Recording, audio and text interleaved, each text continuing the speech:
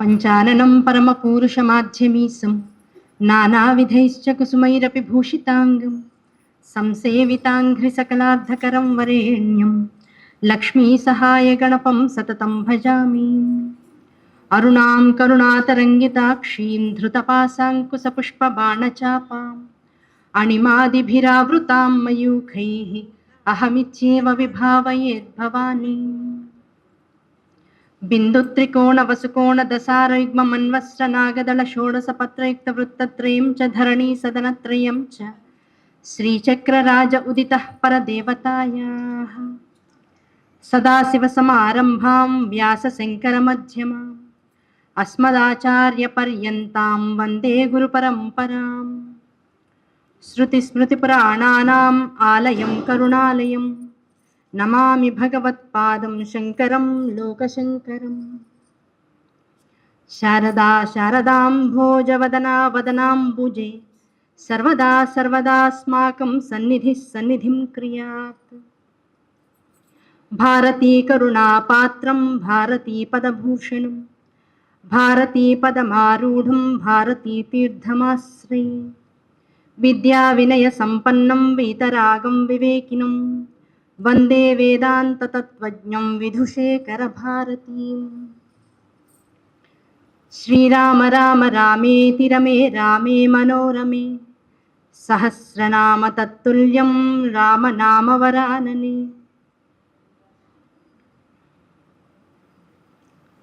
శ్రీ గురుభ్యో నమః. సభాయే నమః. శ్రీమాత్రే నమః. కార్తీక మాసం అత్యద్భుతమైనటువంటి కాలం. దేనికి?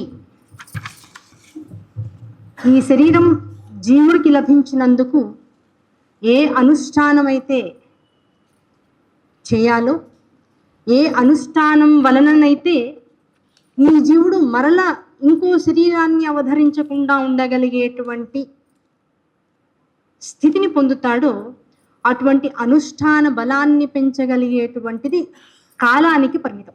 అది కాలం మీద ఉంటుంది. ఎటువంటి కాలంలో చేయాలి, ఏం చేయాలి, ఎలా చేయాలి, ఎలా చేస్తే, ఎలా చేసేటువంటి పరిస్థితులు ఉంటే, ఎటువంటి పరిస్థితులు ఉన్నా ఎలా మనసు నిలకడగా ఉంటే, ఆ మనసు నిలకడగా ఉన్నటువంటి సమయంలో జీవుడి సంకల్పం ఎలా ఉంటే, ఆ సంకల్పాన్ని అనుసరించి జీవుడు కూర్చోగలిగితే, కూర్చున్నాక శరీరం సహకరించగలిగితే, సహకరించిన తర్వాత ప్రకృతి సహకరించగలిగితే, ప్రకృతి సహకరించిన తర్వాత కూర్చున్న తర్వాత బుద్ధి దానికి అనుసంధానమైతే, బుద్ధి అనుసంధానమైన తర్వాత నాలిక తడబడకుండా చేసుకోగలిగేటువంటి విధానాన్ని, విషయాన్ని భక్తిపూర్వకమైనటువంటి శ్రద్ధాసక్తులతో చేసుకోగలిగితే, చేసుకున్నంతసేపు ఎక్కడా కూడా ఏ విధమైనటువంటి అవరోధము రాకుండా ఉండగలిగితే అప్పటికి అది అనుష్ఠానం అని పిలువబడుతుంది. ఈ అనుష్ఠానం అనేటువంటిది ఇది క్రియ. మరి చేసేటువంటి వాడు అనుష్ఠానపరుడు అని తెలపగలగాలి అంటే ఏం చేయాలి? తాను గురువు ద్వారా స్వీకరించినటువంటి ఈ విధానాన్ని తను స్వీకరించిన మరుక్షణం నుంచి శరీరం పడిపోయేదాకా విధి విధానంతో ఎలాగైతే స్వీకరించాడో గురుపదేశాన్ని అలాగే జీవిత పర్యంతము కూడా చేసుకోగలిగితే అతడు అనుష్ఠానపరుడు అవుతాడు. అటువంటి అనుష్ఠానపరత్వం అనేటువంటిది దేనికి సంకేతం? వెంటనే డౌట్ వస్తుంది, ఏమంటే ఇదంతా దేనికోసం? ప్రేమతో శివ అని పిలుచుకుంటే అవ్వదా? ఆ ప్రేమ అనబడేటువంటి ఆ స్పందన, ఆ ప్రేమ అనబడేటువంటి భావన, ఆ ప్రేమ అంటే ఏమిటి అసలు? ప్రేమ అంటే ఈ రోజుల్లో దాని యొక్క పదార్థం యొక్క విశ్లేషణ పూర్తిగా రంగు, రుచి, వాసన మారిపోయింది. అసలు నిజమైన ప్రేమ అంటే ఏమిటి? అది భగవంతుడి పట్ల ఎలా చూపించాలి? అసలు ప్రేమ అనే పదానికి, భగవంతుడు అనేటువంటి శబ్దానికి, రెండింటికి మధ్య ఉన్నటువంటి అనుసంధాన ప్రక్రియ ఏమిటి అంటే, నువ్వు చేసేటువంటి క్రతువు ఏదైతే గురువు ద్వారా స్వీకరిస్తావో ఆ స్వీకరించినటువంటిది భగవంతుడు అనబడేటువంటి ఒక శక్తి స్వరూపానికి నిరంతరము కైంకర్యం చేస్తున్నావు. ఎందుకు అంటే నీకు ఈ శరీరం ఉంది కనుక, దీనికి ఇంద్రియాలు ఉన్నాయి కనుక, ఈ ఇంద్రియాలకి జ్ఞానం ఉంది కనుక, ఈ జ్ఞానేంద్రియాలతో కర్మేంద్రియాలతో ఈ శరీరం జాగ్రత్తగా పోషించుకుంటున్నావు కనుక, పోషించుకుంటున్నావు అంటే అర్థం ఏమిటి? దీనికి మనస్సు, బుద్ధి, అహంకారము, చిత్తము బాగా ఉన్నాయి కనుక. ఇవన్నీ ఉండడంతో పాటుగా లోపల ఇంద్రియ గ్రాహ్యత, దాంతోపాటు జ్ఞాన సముపార్జనతో పాటు దీంతో ఒకటి ఏదో చెయ్యాలనేటువంటి సంకల్పం, ఇవన్నీ ఉన్నాయి అంటే అర్థం ఏమిటి? ఇవి సప్తధాతు నిర్మిత దేహము పూర్వజన్మ సంకల్పం ఏదైతే ఉందో అందులో చేసినటువంటి కాస్త పుణ్యఫలంతో నీ తల్లిదండ్రుల అనుగ్రహంతో ఈ జన్మ లభించింది, దీన్ని జాగ్రత్తగా ఎటు నుంచి వచ్చిందో అటువైపుకు తీసుకువెళ్ళాలనేటువంటి ఒక ఆలోచన.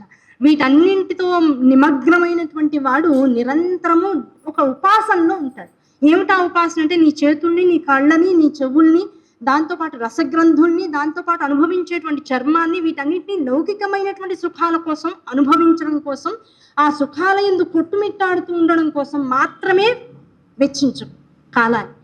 మరి ఎందుకు ఇవన్నీ?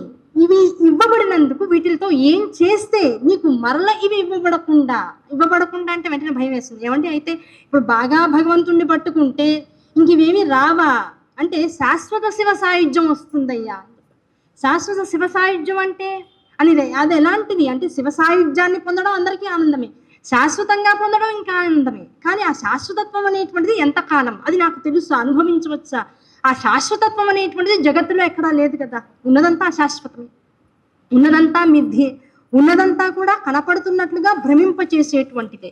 ఆ భ్రమింపజేయబడుతున్నటువంటి విషయాన్ని నిజమని నమ్ముతూ ఆ నిజంలో కూరుకుపోయినటువంటి జీవుడికి అసలు శాశ్వతత్వం అంటే ఏంటో తెలుసా? తెలియడానికి అవకాశం లేదు. కనుక శాశ్వతత్వం అనే పదానికి అర్థం తెలియనప్పుడు శాశ్వత శివ సాయుధ్యం అంటే ఎలా ఉంటుందో తెలియదు. ఆ శాశ్వత శివ సాయుధ్యాన్ని అనుభవించగలిగేటంత స్థాయి ఎప్పుడు వస్తుందో కూడా తెలియదు. కనుక ఏది తెలియనప్పుడు ఏం చేయాలి? ఏది తెలుసో దాన్ని నమ్మికతో చేయాలి. ఏది తెలుసు నీకు? భక్తి అంటే ఏమంటే అందరూ నమస్కారాలు పెడుతున్నారని ఆ భక్తి అంటే ఏమిటో కొద్దిగా తెలుసు. మనకు కష్టం వస్తేనో, మనకి సుఖం వస్తేనో, సుఖం కావాలంటేనో, అంటే కష్టం వస్తే అయ్యో భగవంతుడు నాకు ఎందుకు ఇంత కష్టాన్ని ఇచ్చావని భగవంతుడు నమస్కారం చేస్తాం. సుఖం వస్తే లేదు, సుఖం కావాలంటే దాని ఆపేక్ష తీర్చుకోవడం కోసం ఒక దాన్ని ఆశించి భగవంతుడికి నమస్కారం చేస్తాం. 45 రోజుల పాటు ఫలానా శ్లోకాన్ని చదువుకోండి, ఒక 108 రోజుల పాటు ఈ రకమైనటువంటి ఆ సాధన చేయండి, ఇవన్నీ కూడా చెప్తూ ఉంటారు.